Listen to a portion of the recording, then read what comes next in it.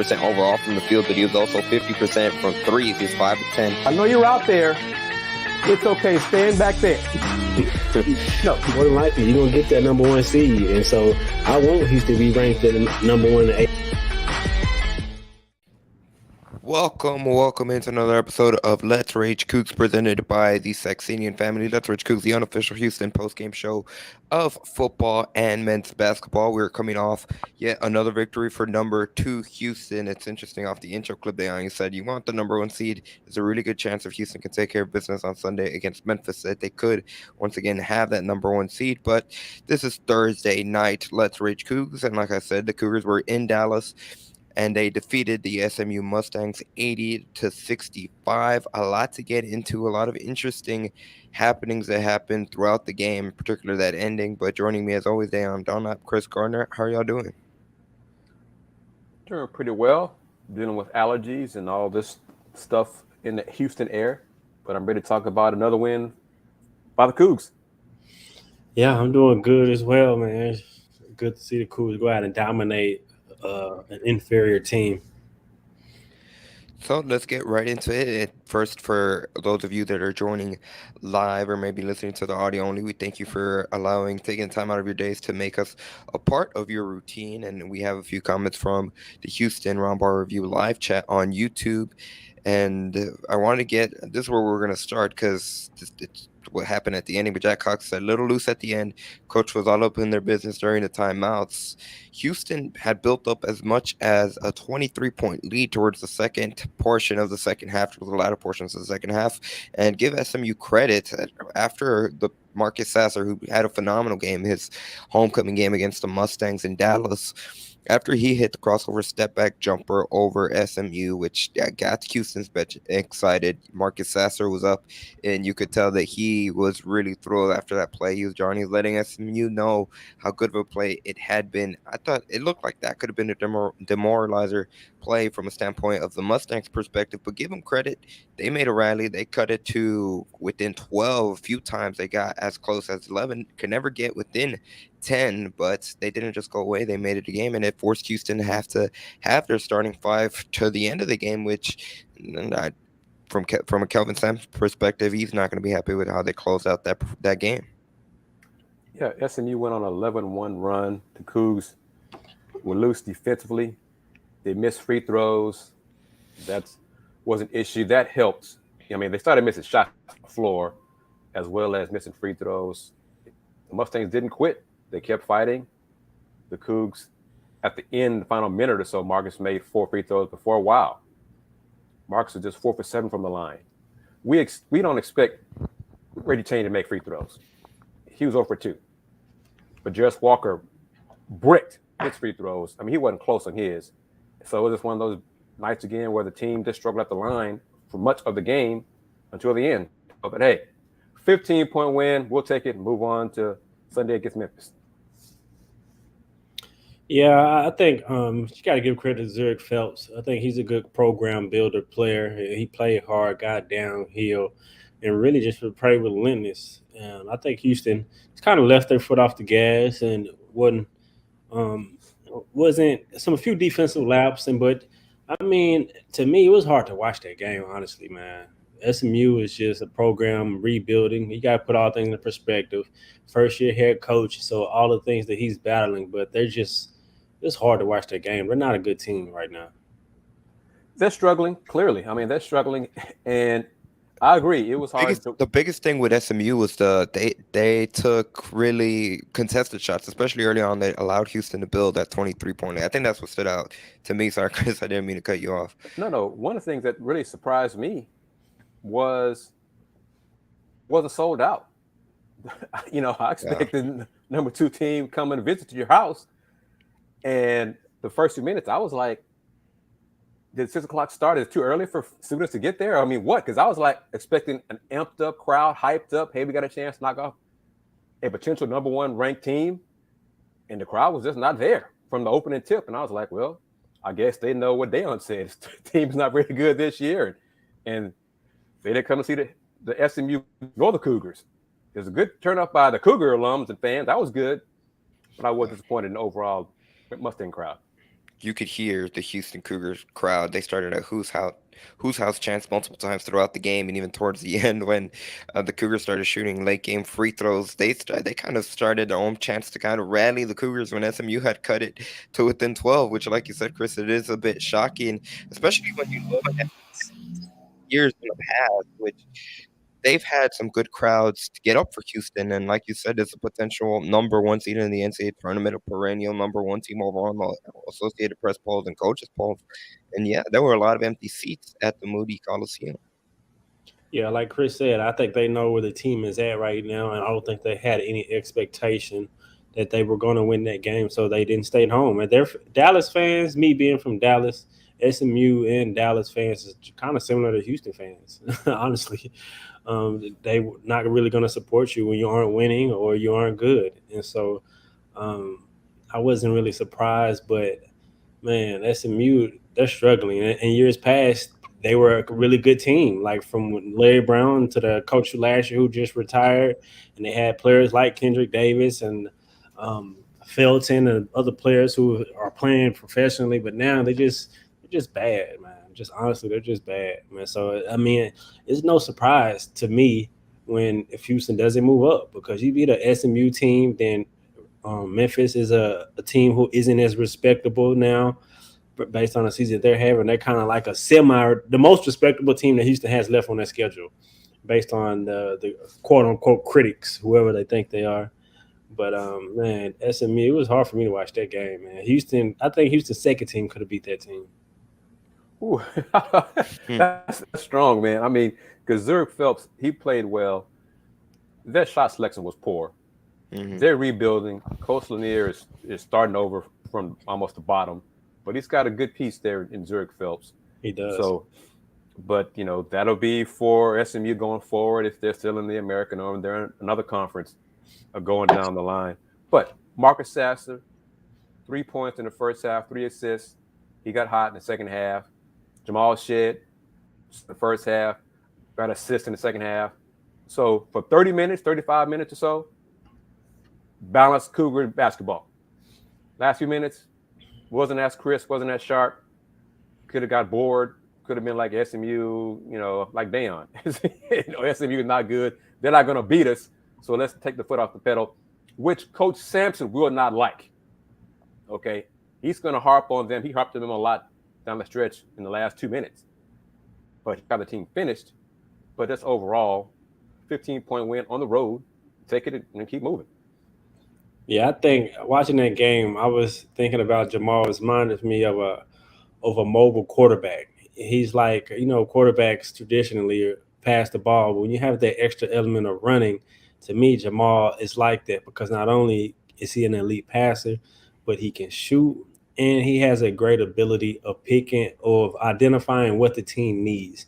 So when it's time for him to score, whether it's penetrating, getting inside, and scoring any way, he does that. When it's time to just kind of take that step back and facilitate, he does that. And so, I mean, I was just always impressed with his basketball IQ and his how he keeps his fingerprint on the pulse of the team and knowing what to do in times and what the team needs. So I again, I was very impressed with him. Marcus, of course, I was expecting Marcus to have the game that he had last collegiate game in Dallas, his hometown, home city. I'm sure he had a lot of family and friends there. So, I mean, no really surprises for me watching that game, but I was impressed with Jamal and Marcus. And Tremont, he was attacking the glass today. I mean, he was really, really attacking the basketball in the glass today. I think everybody really had a good game. Kind of goes back into me and Andy's conversation we had on our last podcast. Real quickly, for those that might just be joining us here live on the Houston Round Bar Review YouTube channel, this is Let's Rage Coogs presented by the Saxenian Family. I think something that really stood out about this game for Houston, especially in that first half, and really what kind of led to them building that 23-point lead, it kind of seemed like, well, first, SMU, I mean, give them credit for the first 8 minutes of the game. They did a relatively good job of hanging with Houston. It seemed like they kind of they gave their best punch towards Houston in that first half. Give the Cougars credit. They stood foot for foot right with the Mustangs. And then I think what really stood out from an offensive perspective for Houston, they kind of struggled to put the ball through the basket at the beginning of the game, but it seemed like they kind of took turns. And Jarvis Walker, again, just seems 100 times more comfortable now than he did early in the season, which obviously you'd expect. But it's encouraging to see any of that second guessing, that's kind of hesitancy that we kind of could see in December, November. To me, it's gone. It's completely gone. He looks like he's 100% comfortable. He's decisive. He knows what he's going to do. And he's just, it seems like he's reacting much more so than trying to anticipate what the defense are going to do. And God, now even his misses on dunks are starting to look like highlight real potential plays. And he had the good alley-oop that was set up by Jamal Shed. But I think George Walker, he was pivotal in that first half. He had a stretch where he hit a lot of the points for Houston, and then they took turns. They went down to Juwan Roberts in the post to get a couple of baskets, and then Jamal Shed had that flurry to end that first half. I think he went on a 7-0 run at some point by himself. Finished with 11 points heading into the halftime break. And then, of course, to build that 23-point lead, it was Sasser that caught fire to open the second half. So it was kind of a offense by committee for stretches that helped Houston get that 23-point lead. Yeah, they took turns. I mean, it was balanced effort for the starters. Martin didn't shoot well, but he rebounded well. But Jarris got it going. And Jamal went a 7-0 run with a steal, a dunk, a layup, and a three. Then Marcus, like I said, score a lot in the first half. Didn't need to. They were still up big at halftime. Then second half, Marcus got it going. So it was just a balanced scoring effort. The Cougs finished the first half, making 9 of the last 11 baskets. They made 8 straight to put the game away, really. You know, SMU made a brief little comeback, a pride comeback in the closing moments, that 11-1 run, but the game wasn't really in doubt. So I think it was a combination. You know, Cougs didn't play as well down the stretch, like Jerry's saying right there, but the Mustangs didn't quit, and the Cougs missed free throws. And, you know, the free throw shooting, 14 for 21 in the second half. They missed 10 overall, 16 for 26 for the game. But Marcus was 8 for 11. He made his last 4. At one point, he was 4 for 7. So him and Tremont did well. Combined, they were 14 for 18. The rest of the team was 2 for 8.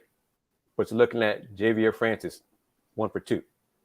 Emmanuel Sharp, he's 1 for 2. So that was a kind of surprise there. But Reggie Chaney, he's not a good free throw shooter. The Cougs will need Jarris Walker to be a more reliable free throw shooter than he was, you know, this over 2 tonight. But it depends on who the guys are going to the line. If it's Marcus, Jamal, Emmanuel, Tremont, I have confidence in them to make free throws. Reggie Chaney, no. Javier Francis, no. Jarris Walker needs to be that bridge to make his free throws because he might need to in crunch time at some point. Yeah, for me with Jarris, I agree with everything you said, Andy. I think he definitely is more comfortable, more decisive, isn't second guessing the offensive end. But I'm just watching him on the defensive end. I think he's still learning how to play Houston Cougar defense. I'm watching times where he's playing NBA defense where he ain't helping, he just looking and reaching. And I'm sure Coach Sampson film sessions and during the game, he's gonna harp on that and get him to play how Houston or how Coach Sampson wants him to play. But everything you said offensively, I 100% agree with, as well as you, Chris, about the free throw shooting with Jarris. But Emmanuel, he had a really good showing tonight with his defense, how he diving on the floor. Rebounding, his offensive rebounding. He had 3 offensive rebounds. Yep, everything. He honestly kind of looked like Ramon Walker in that sense, rebounding, how just all the quote unquote dirty work, all that play. He's really coming to his own and impacting the game in that way. And then when he's making his shots, that's like the cherry on top. real quickly as more people begin to trickle in. Of course, I'd like to remind everybody that this is Let's Rage Coogs presented by the Saxenian Family, the unofficial postgame show of Houston football and men's basketball. Of course, we also want to say thank you to our other sponsors for today's episode of Let's Rage Coogs presented with Star Pizza with multiple locations across the Houston area. Make sure that Star Pizza is your go-to pizza spot in the city of Houston because they're Houston's best pizza since 1976. Be sure to visit them online at starpizza.net. And of course, we'd also like to say thank you to HOUNIL. Check out this message from JV Francis and HOUNIL. Hi, my name is JV Francis, and I'm partnering with HOUNIL. Hey, we need the fans to go to HOUNIL.com to subscribe to our player-created content. Supporting Cougar basketball helps its players stay among the top teams in the country. Once again, that's HOUNIL.com to subscribe. Thank you, and go Cougs.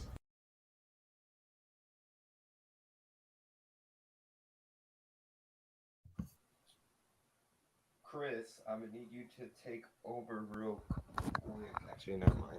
I thought I was gonna have audio issues, but I guess they were adjusted. But what I was gonna say, something that pointed out a comment that stood out to me. Not to look too far ahead, we'll kind of circle back and focus in on SMU. But James Dobbins, he said at least the Cougs got to play against some full court press because it's definitely coming next game against Memphis, which is going to be Sunday afternoon inside the Fertitta Center, 2 p.m. tip-off on ESPN.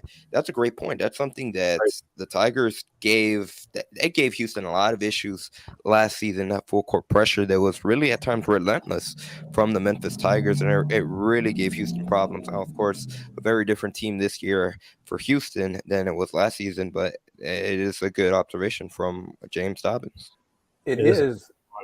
But Kendrick Davis rolled his ankle in tonight's game against UCF. He hasn't played since the first half. Not sure how serious that injury is. Alex Lomax is battling injury. I don't think he's played at all tonight. They're still winning over UCF because they're shooting like lights out. I think they're shooting 60%. Memphis is shooting 60% for the game. So they're up only 11 over UCF. So if Kendrick Davis can't go Sunday, that's a big loss. You know, that'll clearly affect Memphis, how they play offensively. You got to tweak some defense as well. So that's an unknown. Because they've been dealing with other injuries as well, correct? Yeah. Starting lineup. So, I mean, for them to shoot so well tonight against UCF is a tribute, I think, to the team, to the Tigers. And maybe a little dig at UCF because their defense is not as good as Coach Dawkins probably would like for this game because they got back to big man Michael Dorr to at least take up some space and in the paint, but so far not much of an impact. It's not disrupting Memphis at all tonight. But UCF defense is not Houston's defense. So if Kendrick Davis cannot go Sunday, that changes the whole complexion of Sunday's matchup. But it's a game Memphis still needs to win to boost their resume. So they're still going to give everything they have on Sunday afternoon. Yeah, back to the point of the full court press, I think it will impact Houston whether Kendrick is playing or not because SMU did a good job and Houston struggled with it tonight. So that's a really, really great point. That's one of the ways that they got back into the game. Houston just didn't look organized and just kind of looked out of sorts, throwing the ball into the corner, letting the team trap them. And so that was a really good observation, a good point. And I think Memphis will utilize that because regardless if Kendrick plays or not, they still have good athleticism, good length, and ability to disrupt Houston with their full court press. Agreed. But one of the basic things, and I was disappointed in the Cougars time and time again, inbound the ball into the corner. You're just asking to be trapped. I mean, don't do that. Keep the ball in the middle of the floor against pressure defense. And Memphis will definitely take advantage of that, as any team would if they opponent doing what you want them to do and inbound the ball into the corner. So you got sideline, baseline, and your two people. That's not a way to beat the press. So I'm sure Coach Sampson and staff will work on that tomorrow and Saturday. Quick turnaround for Houston. What I was going to say, just in terms of, again, going back, regardless of whether Kendrick Davis, which absolutely Chris said is a huge development, whether he can play or not, or is ready to play for Sunday's game. But the Tigers are going to get up. That's one of the matchups where Memphis, Houston, it doesn't matter who's on the court, even on the gridiron, if we look at it from the football perspective. It always seems like those games end up having the intensity there is always sky high when it comes to those matchups. Now, kind of reeling back, focusing on today's game against SMU. One of the other players that really had a standout performance was Jawan Roberts, who, like I said, he had that flurry in the first half where he got a couple of his points on for Houston. But again, he's kind of starting to become a consistent rebounding presence. He finished with double-digit rebounds again, led Houston with 10. And it's kind of interesting because it seemed like Kelvin Sampson wasn't happy with how he started the game because a few minutes into the game when SMU was up 4-0, Sampson put in Reggie Chaney for Roberts, and shortly thereafter, when he got back in the game, it seemed like there was a bit of a change. And Reggie Chaney started second half for Roberts. Yeah. So I did not receive word of anything about Juan being injured or banged up or anything, but No. Reggie started second half, so it had to be in a message there. And Juwan got 10 rebounds, so he played well. But he did have a few moments where Coach Sampson was not happy with his effort and performance, and he put him on the bench. Yeah, I think he was more or less unhappy with the couple turnovers that he had, especially early in the game. I think that's what it was. A couple times where he kind of reached in and bailed out a couple of players with fouls. And so, Coach Sampson is going to hold you to a high standard in regards to defense and turnovers. And offensively, he got to his spot and made some shots. And really, offensively, it's just more about him getting to his spot and getting the right angle on the post. When he gets in the place where he wants and he gets the right angle, he gets to his left hand, he's almost unstoppable. I know I reeled back, but going back to Memphis and the update with Kendrick Davis, this was Avery Braxton, who's a local TV reporter, looks like for the ABC affiliate in Memphis. He tweeted out a picture that said Kendrick Davis returned to the bench for Memphis, but he was in a boot on the sidelines in that game against UCF. So just another thing to keep track of heading into Sunday's matchup. But on the topic of Reggie Chaney, let's segue back to him. I think, again, something that Kelvin Sampson has said throughout the course of the entire season in regards to Reggie Chaney, he's kind of the one, he called him the identity player for this specific Cougars team this season. But from a trust factor, whenever Houston needs a spark, or certainly on the defensive side of things, if he's not happy with him, Kelvin Sampson, that's his go-to guy. And we saw he was the first big man. He was the first player overall off the bench for Houston tonight. And he allows Reggie to play through mistakes. Like, well, if it's J1 or JVA, they make a mistake, he's pulling them out and putting Reggie in. I guess it's because of the trust, but whatever it is, he lets Reggie play through mistakes. So whether it's a defensive lapse or whatever the case may be, he allows Reggie to play through mistakes versus other players, he'll pull them out. Like Francis had 2 straight bad defensive possessions and gave up 5 points. And Coach, get him out, Reggie, go get him, whoever it was, go get him. So that's a great point. I think Coach Sampson, maybe because he's the team leadership or the trust factor or whatever, but Francis cannot make those mistakes like Reggie can. And Coach Sampson does not believe Reggie will make those mistakes. He may be over-aggressive, but he fronted the post a lot this evening. He came up with some steals and even made some cuts and layups, going to the hoop as well. So that's where he can score. The line is another issue. But Reggie Chaney, he's just like a security blanket for Coach Sampson. If he just needs somebody to come in and make a stop, get a rebound, Reggie, go give me that. You got it, Coach. He's one of those, what you need, Coach. Yep. And he can do it every given night. Yeah, like Calvin said in the past, if you ask him to run through a wall, he says he's going to ask him, can I get a running start? Which, again, that goes back to that trust factor that he has in Reggie Chaney. Now, another player that we kind of tucked on at the beginning of Let's Rage Coogs, Jamal Shed, and really, so he showed his scoring prowess towards the end of the first half, but overall throughout the game, he also showed how strong he is as a facilitator. Is the reason why he's a point guard of this Houston Cougars team. What did you guys think of Jamal Shed's performance in tonight's victory over SMU? Sensational. I mean, he did what was necessary. If his team needed him to score, he did that. If the team needed him to get assists, he did that. He was good defensively at the point of attack. So very good game on both ends all around for Jamal Shed. Yeah, I agree, man. Jamal Shead had a spectacular game, just controlling the pace of the game, controlling the offense, control on defense, making plays. I mean, he's probably going to go down as one of the best point guards that Houston's had, man, for sure. I love everything about Jamal Shead. I was just watching the game and thinking, what a pro scouts and pro personnel gonna project him going forward, because you just look at other guards who are similar in his size and can do a little bit more offensively as far as being more efficient, but create and do like he can, like Kendrick Davis, for example. He doesn't get a lot of he isn't really sought after in regards to a point guard. But Jamal Shead, I would say, is probably a better driver and a little stronger, more explosive. But I just kind of wonder what's his how he's going to be projected going to the next level. He's a great college point guard. Like everything that you need, he can do that. You know what? He kind of reminds me of Ty Lawson. I mean, a super quick point guard, athletic, can drive, can shoot, can really do everything you need. So I think he should make the league and be in the league for sure. That's what I was thinking. But not yeah, after not after this year. Come back, finish out Yeah. your career. Yeah. UCF is now within 6 of Memphis, and we How got a much question time's about left? how good is Memphis. I think 6 or 7 minutes left. Mm. How good is Memphis? Well, they're not as good without Kenny Davis. But one of the problems Memphis has had when lost this season is turnovers. So when they get up to 18 and up turnovers, they have problems. Like any team, you can't turn the ball over that many times and still win.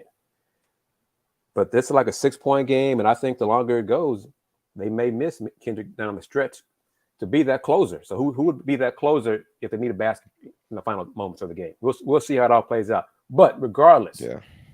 if Kendrick plays Sunday or not, they still know they need the win Sunday over Houston to improve their chances to get in the tournament. So they're still going to compete, fight hard, scratch claw, all those cliches.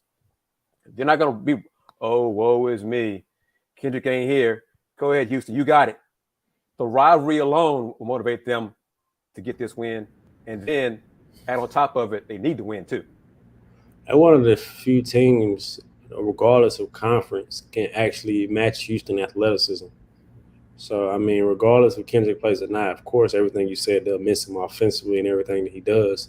But up front and just with their length and athleticism, they can match Houston in that aspect for sure. And DeAndre Williams, he's having a first-team conference season. He's been spectacular for Memphis all season long. Real quickly, well, I have a pose a question on the topic of Memphis, but sticking to it once again, I'd like to remind everybody that may just be joining us that this is Let's Rage Coogs, presented by the Saxenian Family.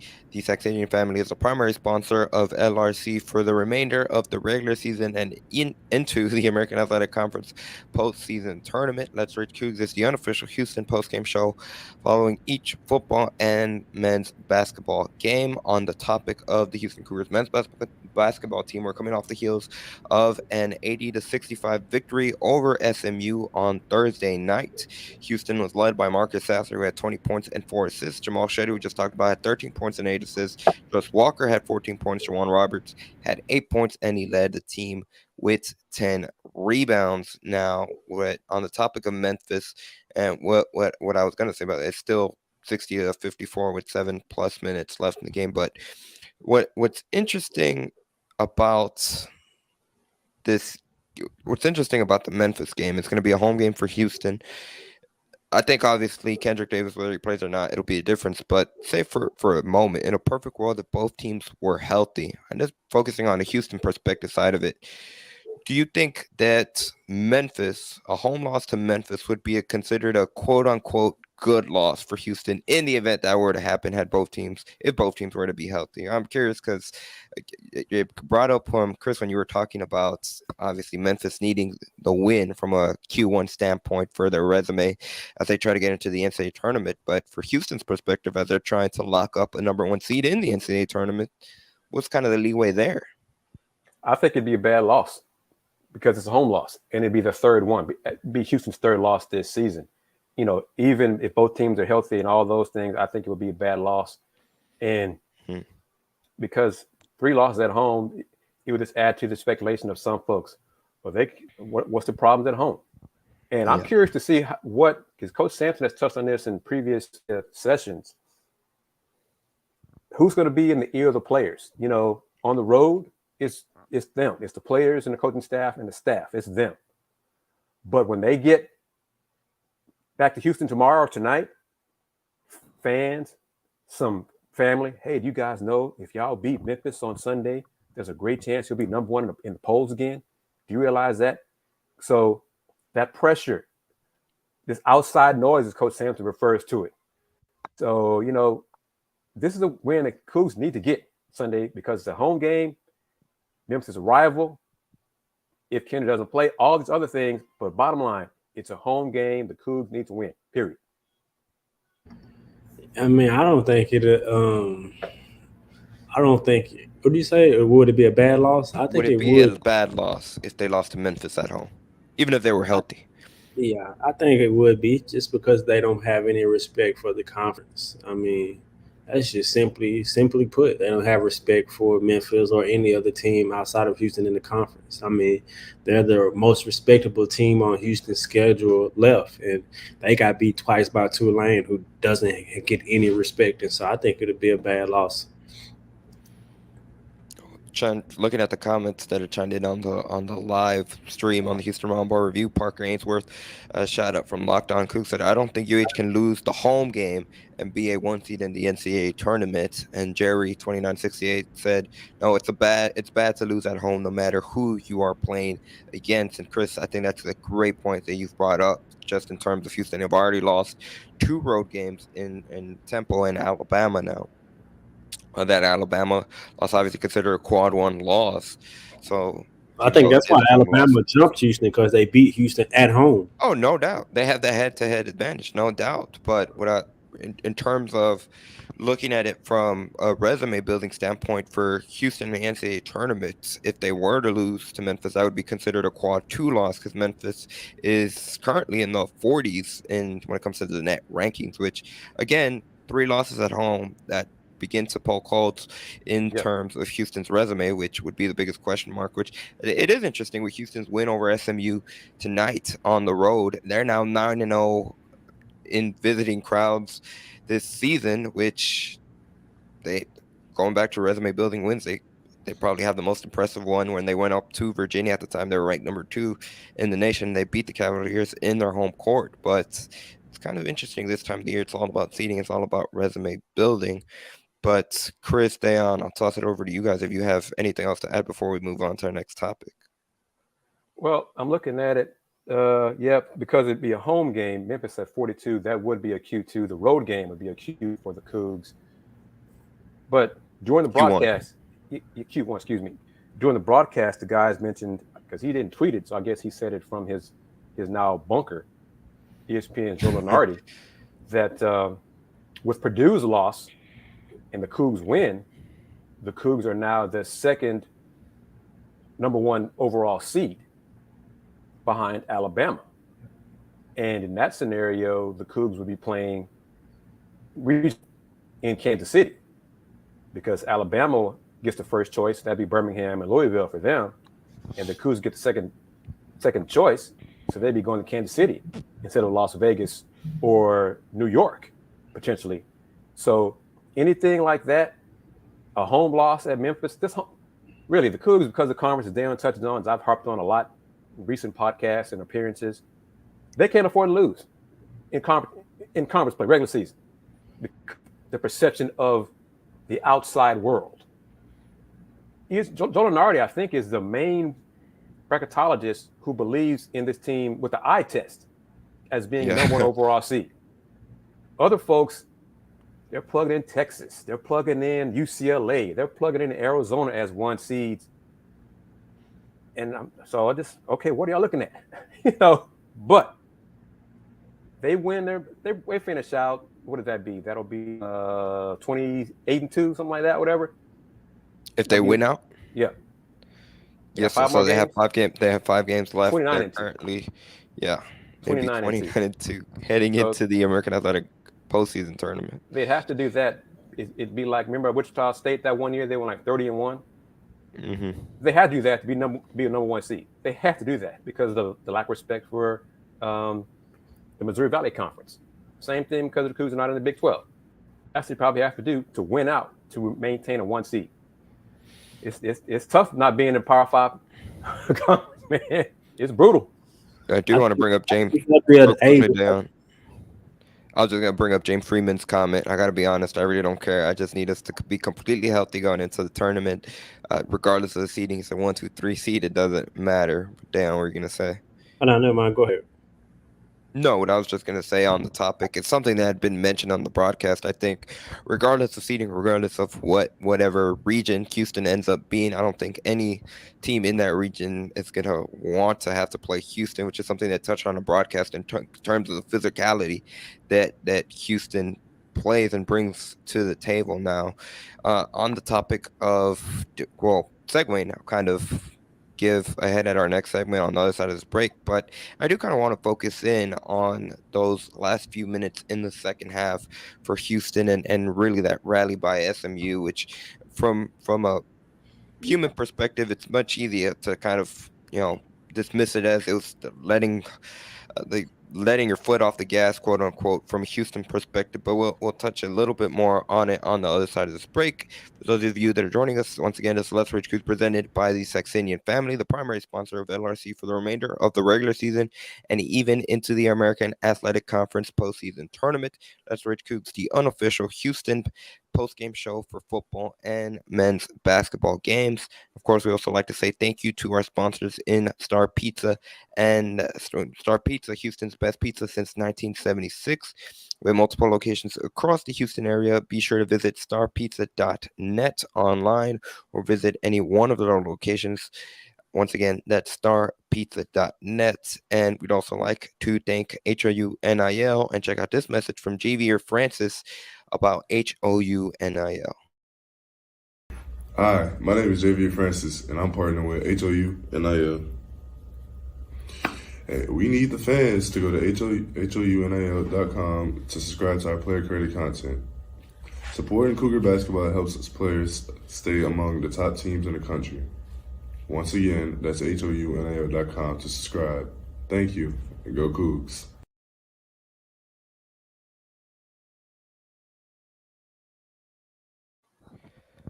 Once again, that's HOUNIL. And for those that may be interested in subscribing, subscriptions start at just $20 a month. Once again, that's HOUNIL.com.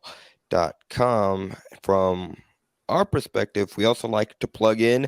We officially have merch now, which as we share on the screen, Kris, Dayon, I know this is something that we've been kind of speaking into existence for the last few shows, really for the past month and 2 weeks, whatever you want to count.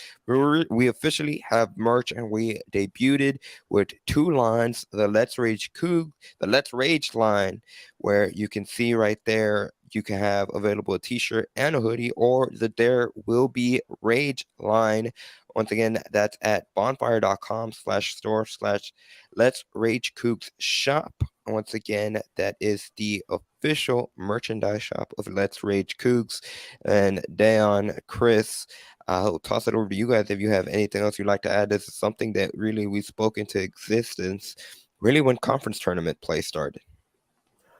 I want to say one thing. I encourage the fans to get your merch now, because if you do it now, you can probably have it in time to wear at the conference tournament. Because I think the first shipment should be around March 6th or March 7th.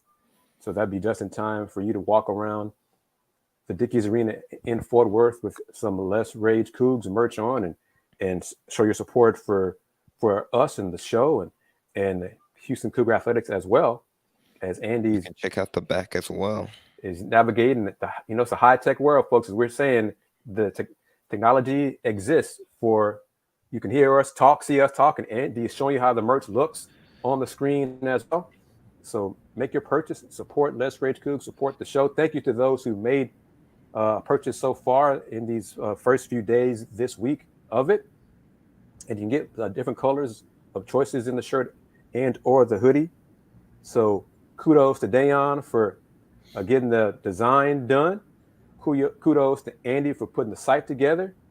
And as Andy said, all three of us, we just kind of talked this into existence. But also thanks to the fans who kind of encouraged us, pushed us, and edged us. Where's the merch? When are they gonna get some merch? When is it? So we got it for you. So go out there and get it, and continue supporting us as we continue to bring you content the rest of this season. Once again, that's bonfire.com/store/Let's Rage Coogs shop, as you see on the screen, or you're checking us out on the audio only platforms, wherever you get podcasts, wherever you get your Pod Slam and Jammo podcast. That's bonfire.com/store/Let's-Rage-Coogs-shop. Of course, thank you, like Kris said, for those of you that have already purchased your Let's Rage Coogs gear and are supporting us. We greatly appreciate it. And on the topic of Let's Rage Coogs merch, Kris, Dayon had to do a special occasion and kind of change things up with the layouts. There we go. Let's Rage Coogs. You see the themes of the designs on the shirt. They're going to be included on the show so it can be officially authenticated, worn on the show. And of course, we'd like to say thank you to everyone that supported us. And Dayon, of course, shout out the people behind the designs as well. Yeah, definitely. Shout out Jermo and Miss Casket Sharp. Appreciate them from Designs. Man, Kris said it perfectly, man. We appreciate all the support. We appreciate you guys for encouraging us to get the merch now. Let's get it out there. We want to see fans in the merch, and we want to see fans raging about the Cougs victories and going forward in the season. And it'd be great if once you get your merch to tag us or tweet it to us that you're wearing it. I mean, so that'll be outstanding going forward. So we'd appreciate that in the weeks and months ahead. And yeah, Parker, I can rage too, man. I'm old, but I can still, rage a little bit. So yeah. There will be rage. We're raging right now. We're off the heels of Houston's 80-65 victory over SMU, and maybe something that, kind of judging at some of the video content coming out of Dallas, it doesn't seem like Jamal Shed was too happy with the ending to this game. So I kind of want to focus in on really the last few minutes, and like I said, it's really easy to kind of sweep it off as, hey, Houston just let their foot off the gas, and give SMU credit for being able to really show mental toughness to not just throw in the towel when they did fall 23. But is there anything that maybe long term could be cause for concern for Houston, and just the different things that the Mustangs ran, whether there was their full court pressure, whether it was late game execution by Houston? No, I don't. The ending was not good, but the way Coach Sampson is, and the tactician and the disciplinarian, one of his numerous many phrases is he likes to stop a brush fire before it becomes a forest fire. Okay, so the ending of tonight's game will be discussed on the bus ride back tomorrow in the video film sessions, in practice, all those things, because he is not going to let this ending become a trend. So that's why I'm not worried about how the game ended today.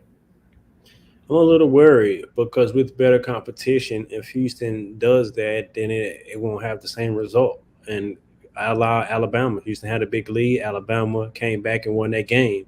And so I am a little concerned with that. I think SMU did a great job of moving the basketball, especially when Houston hedged the ball screen. One way to beat that is move the basketball and make an extra pass cross court, and you can get an open look or penetrate the defense because Houston helps and rotates so much. The more you move the ball instead of allowing it to stick, the more Houston's going to move. It's going to open up driving lanes for you, and you can get open shots. So I think teams are going to study some of that film, and also the way that they was able to disrupt Houston in the full court press. I think it kind of disrupts me because I'm sure with Jamal, Coach Sampson, everybody is worried about not specifically that game, but projecting forward against better competition in the tournament. You can't have that, and they've had that in different times against the competition who isn't as good. But if they do that going forward, it can come back to bite Houston. Agreed, and that's going to be something to keep an eye on, like you said, down the stretch now, as we begin to kind of wrap things up here on today's episode of Let's Rage Coogs, the unofficial postgame show of Houston football and men's basketball. I'd like to talk a little bit more about Marcus Sasser, who, as we know, of course, the Dallas native, had his homecoming. Chris, I find this interesting that for the last few years before this season, Houston listed Marcus as a Red Oak native, and this year they just called him a Dallas native. I found that interesting, but it doesn't really matter. Red Oak is a suburb of Dallas, but regardless, as I digress, he had a strong showing, especially in the second half for Houston. It really seemed, like I said, whenever they built that 23-point lead, Marcus Hazard was a big reason for it when he really got it going offensively, and he had arguably one of the nastiest plays of the game when he hit that step back over SMU, and they got the entire bench excited. But what did you guys see from Sasser when he finished with 20 points? Just overall, it seemed like it seems like he's really, really comfortable when he drives. It seems like he's kind of going at his own speed, which from a senior, from this is his final year, he's gonna play in the next level. It kind of really looks like everything's going at his own speed. I'm curious to get your thoughts. Yeah, I think he's seeing the floor really, really well. He's letting the game come to him. He's aware that the top priority of the defense. So I think he's reading defenses. He's not only using his God-given ability, but he's attacking the game mentally as well. He's becoming a more smarter basketball player, picking and choosing when to get his spots. And like I talked about with Marcus, he also has a great ability to have his pulse on the team and doing what they need in any given moments, whether it's driving, whether it's defending, whether it's making plays, whether it's making shots. And so very impressed with his constant developing, especially with his basketball IQ. I think he's gotten smarter and is getting smarter, and he's reading the defense, and he plays, like you said, Andy, at his own pace, and nobody can speed him up. And he doesn't force shots. I mean, some of the shots that he take and miss, those are shots that he can't make. And so he didn't start the season shooting efficient, but he kind of got out of that slump. And now he's playing the efficient basketball that I expected to see from him. So I'm loving everything that I'm seeing from Marcus, especially what I saw tonight. And I like the balance between Marcus and Jamal. They kind of took turns. Marcus was more of a facilitator in the first half, and Jamal got points in the first half. Second half, Jamal was a facilitator, and Marcus got buckets in the second half. So it's a good balance. As long as the two of them are efficient, and Jamal, or really both of them, avoid early foul trouble, who's going to be in every game the rest of the season because of the balance they have, because the game is slowed down for both of them.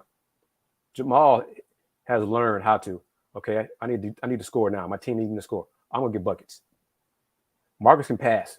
Jamal, you want to go and score? Fine, I'll run the offense. I'll dish it out to you. Go get yours. Second half, Marcus, time for you to get yours. All right, I'll do mine. That balance between the two of them is great. I mean, you heard it in the broadcast. The announcers really consider, and a lot of people nationally really consider Marcus and Jamal one of the top backcourts in the entire country because they can beat you offensively and defensively. And when you talk about players where the game is slowing down, I think what really makes this, and something that we kind of might sound like a broken record for how many times we say it, but I think you can add Jarvis Walker to that mix now, and he's only going to continue to get better. But that's going to be a three-headed monster, and we're not even counting Tremont Mark, who he got into double figures in tonight's game against SMU. We haven't really talked much about him as well, but there's just so many weapons top to bottom, and something that we even saw a little bit today too. Houston can go to Jawan Roberts in the post too, and they're comfortable with him being able to get points that way. They just have so many weapons that can hurt opposing teams, which something that Jamal Shed said after their practice on Monday. They still don't feel like they've all played well together at the same time. And that's something that's, from a Houston perspective, is very excited to see heading into March. From an opposing perspective, it's got to be terrifying. You don't want to be the team that finally plays against Houston when they have all five starters really clicking on all cylinders. And by the way, they have really a guy off the bench that can be a microwave and just kill you from 3-point range as well, in Emmanuel Sharp. Yeah, I mean, this team is balanced, and they're getting better offensively. Defensively, they still have a few lapses. But offensively, the balanced scoring is there for this team. Jarvis Walker with the jump hook now in the mid post, low post for him. He's adding that to his game, more consistent with that. So the offense is getting better. Jamal Marcus, his outside shot is not there yet with everybody else in the starting five, but Jamal's a better defender, better rebounder lately. He's a better player lately. So each of them is finding different ways to impact winning. One of the overriding things now is make free throws. that's because that is, as every UH alum knows, fan, alum, if you're old enough, that's been a bugaboo for Houston Cougars men's basketball going back 50, 60 years.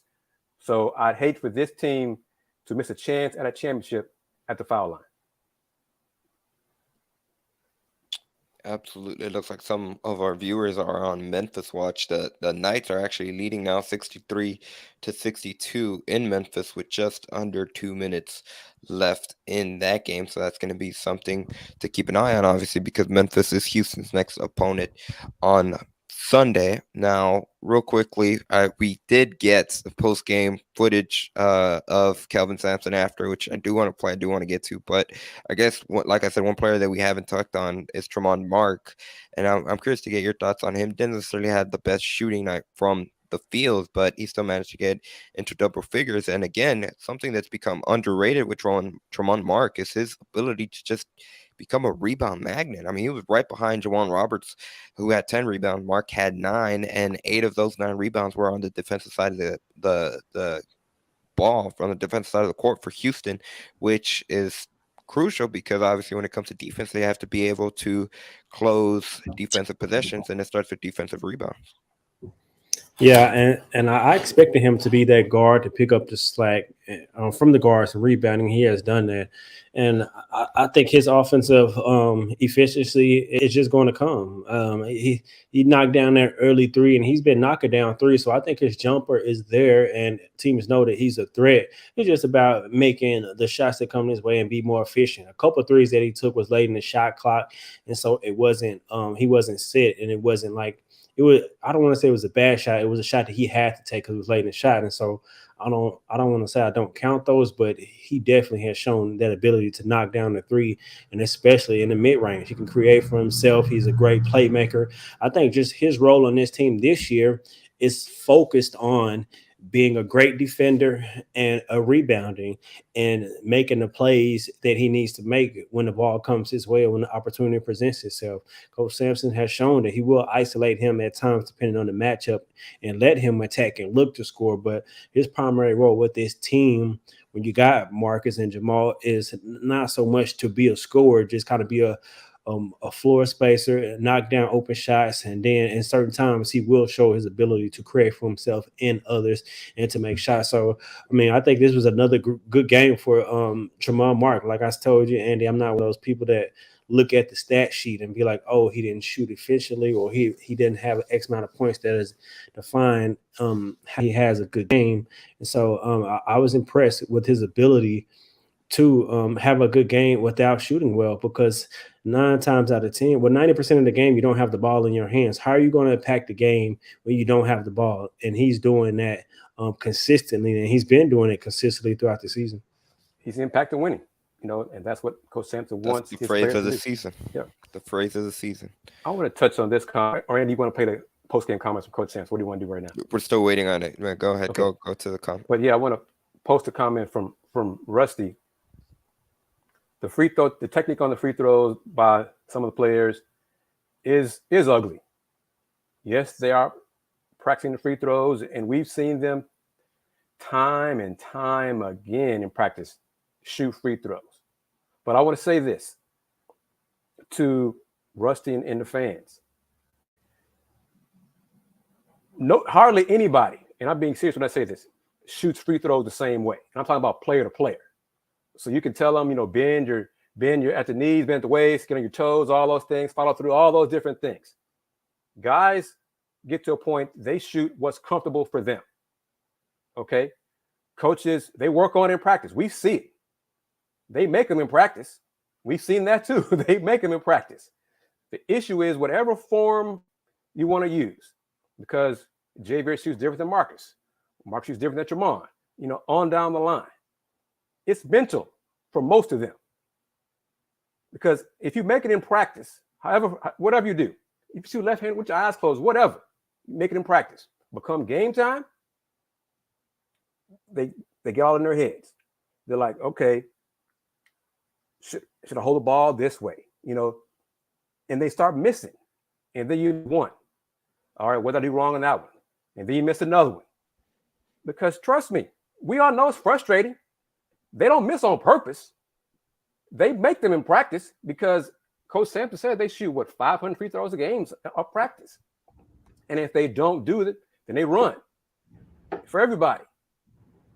But making them in practice is different than making them in games. And you see it, you're here for practice. At the end of practice, after they're tired and all those things, what do? Shoot free throws. Shoot free throws. Because they're tired. They want them to practice making free throws when you're tired. Because if you can make them when you're tired, then chances are you can make them in games. They do it in practice. You're just not making them in games, and that's where it is.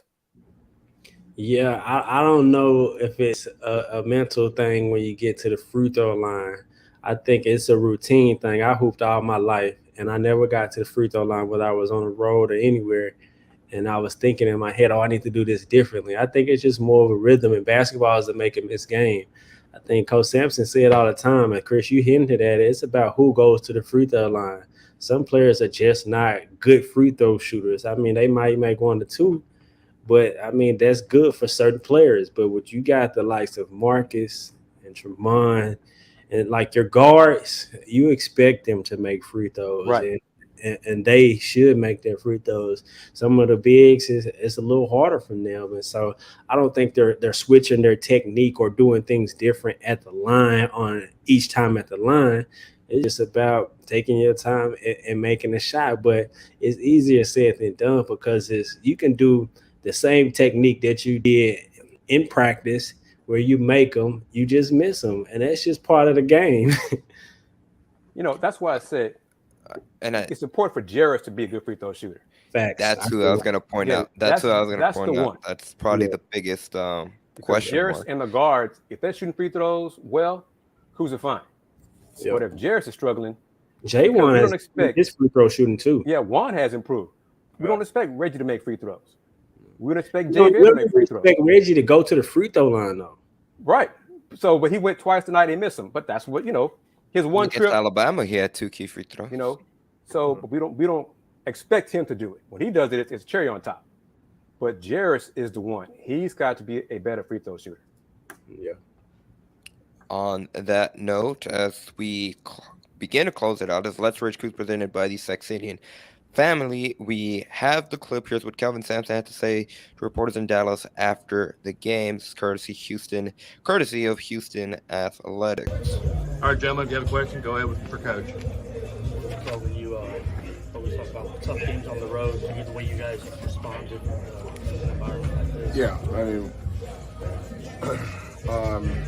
we're really good for a long time. When we got up 23, thought we got a little tad selfish. Shot selection, let go of the rope a little bit on defense. But, when you get to almost the month of March, the last thing I'm going to do is start slicing and dicing road wins. I think that puts us at 7-0 in the conference on the road, and I'm proud of that. Jamal's ability to control the game and make the right play. He has the play right before the half where he leaves the time down, gets a layup. Well, that was a called play. I mean, we called 30-second timeout to run that set. But I put it in his hands because I thought he was playing harder than everybody else. We had some guys that just went on top of their A-game effort-wise tonight, and that's not acceptable.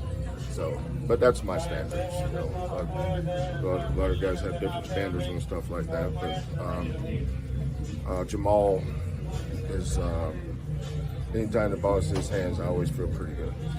What they can do on the boards, Kelvin, is that sort of also kind of the decision early. Like as you went with, you had Reggie in there early, you had JVA, you had Jared Shalami. You sort of had a lot of movement there.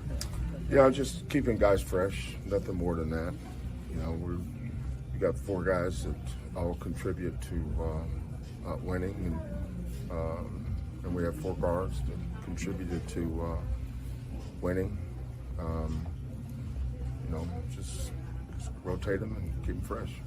Coach, situational threes were very big tonight, whether it was Sharp at the 11-minute mark, Sasser at the 8-minute mark. Every time they seemed to creep back in, your guys hit a big three. What does that say about your kids' resilience? Well, I think more importantly, our ball movement, because they all came off assist.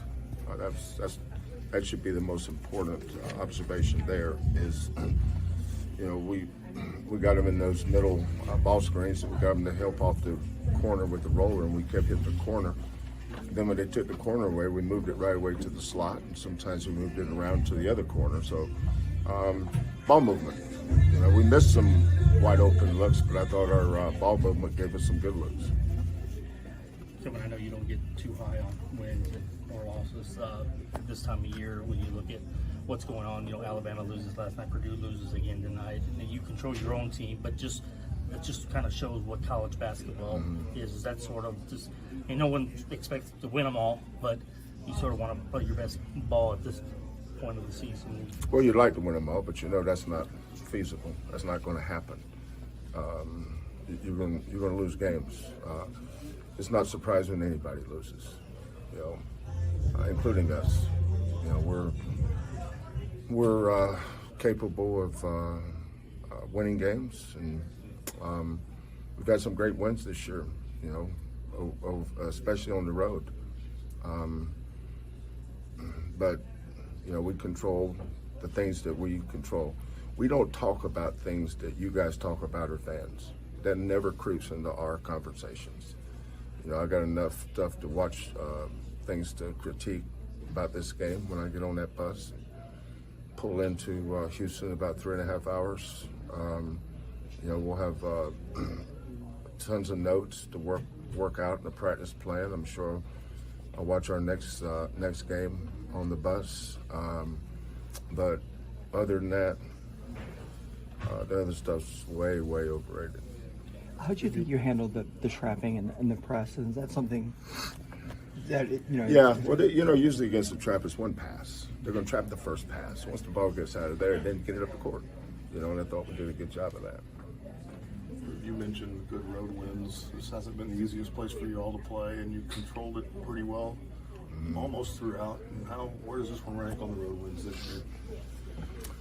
I'd say not in the top 5. I'd say at Virginia, I think they were ranked number 3 in the nation when we beat them.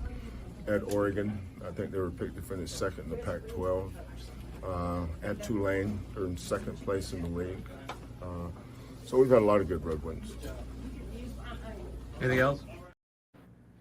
So once again, that was Houston Cougars head coach Kelvin Sampson. Real quickly before we get into the reactions, what a finish in Memphis! What a crazy ending! It looked like UCF was going to be able to pull it off, and the Tigers forced a turnover when really there was no shot clock. UCF could have technically let the clock run out. They turned it over instead. It led to a fast break layup for Memphis, and then they took the 1-point lead, and UCF couldn't convert on the other end. They were out of timeout, so the Tigers come away with the victory. I believe that's their 20th overall on the season, 20th victory on the season, if I'm not mistaken. And that they're 10-3 in the American Athletic Conference. Yeah, correct. So Memphis now 20-6, and they're 10-3 against American Athletic Conference opponents. So big win by Memphis as they come into the Fertitta Center on Sunday. But gonna reading it back as we close it out. Comments from Kelvin Sampson. What stood out to me was really the confidence and trust that he has in Jamal Shead, and even of course when they asked him about the full court pressure from SMU, kind of similar things that we touched on earlier. But what stood out to both of you guys from Kelvin Sampson right there post game? His answer to Chris Baldwin's question about the trap. He thought he handled it pretty well. One pass and get it up the court. Well, ideally, that's how you like to beat the pressure, the traps. The Cougs didn't do that in the last minute or so. But coach is the coach, and he sees the game differently than we do. But what do you think, Dayon? About what he said about the trap, or just his comments? His answer about the traps. Yeah, I think it was sarcasm. I was sensing a little sarcasm, and I don't think he wanted to get into a descriptive mode about what he was seeing right there. That's what I was seeing watching it. I think he was being a little sarcastic there. I think so. But I think otherwise, what stood out to me was he was kind of harping about the ball movement. I think the ball movement was good, and they did move the ball well. I think that led with Jamal, him and Marcus. They both did a good job of this breaking down the defense, moving the ball, and attacking certain spots on the floor. So that was one thing that stood out to me. And also how he talked about where he ranked their road wins. He had Tulane up there at 3, and you just talked about Memphis's record. 2 of their conference losses came to Tulane. So I just don't get it. All these people who think they're experts, well, I guess they just get paid to talk about bracketology, but there's no way they watch all of these teams play, because if they did, they would have more respect for these teams with the talent that they have. Well, if you base it off of Kelvin Sampson, when they asked him about Joe Lunardi, I believe it was 2 weeks ago during his radio show, he said the next time Joe Lunardi is correct, it will be the first time that he's correct. But I agree. Those are interesting post-game comments overall, top to bottom. I think it's interesting that you mentioned sarcasm from his response towards the full court pressure. But that's going to do it for today's episode of Let's Rage Coogs. Obviously, we'd like to get to more post-game content, but it came late, so we'll wrap it up. I'll go first. If people can find me on Twitter at @Yanez_5. Also, be sure, like we mentioned earlier in the show, to visit the Let's Rage Coogs shop at bonfire.com/store/Let's Rage Coogs shop. Once again, on bonfire.com. That's bonfire.com/store/Let's Rage Coogs shop for the official Let's Rage Coogs merch. And of course, follow us on YouTube or subscribe to us on YouTube at Podslam Jamma on YouTube. We're still on the road to 1,000, and we'll be back Sunday evening following Houston and Memphis. That'll be a 2 p.m. tip-off from inside the Fertitta Center that will air on TV on ESPN. But, Deon, I'll toss it over to you. Where can people find you, and any final takeaways? Yeah, you can find me, like it shows on the screen, at Dayon Dunlap on all social media platforms. I appreciate being a part of such a great team with you guys, teaming up to bring this great content after every game since the football season. So appreciate everyone who's been sticking it out with us. And like Andy just mentioned, we do have the new merch. So check out the merch, tap in, make sure you shop with us, and continue to support. Appreciate it. And I'm Kris Gardner of the Houston Roundball Review. I enjoy being with these young guys.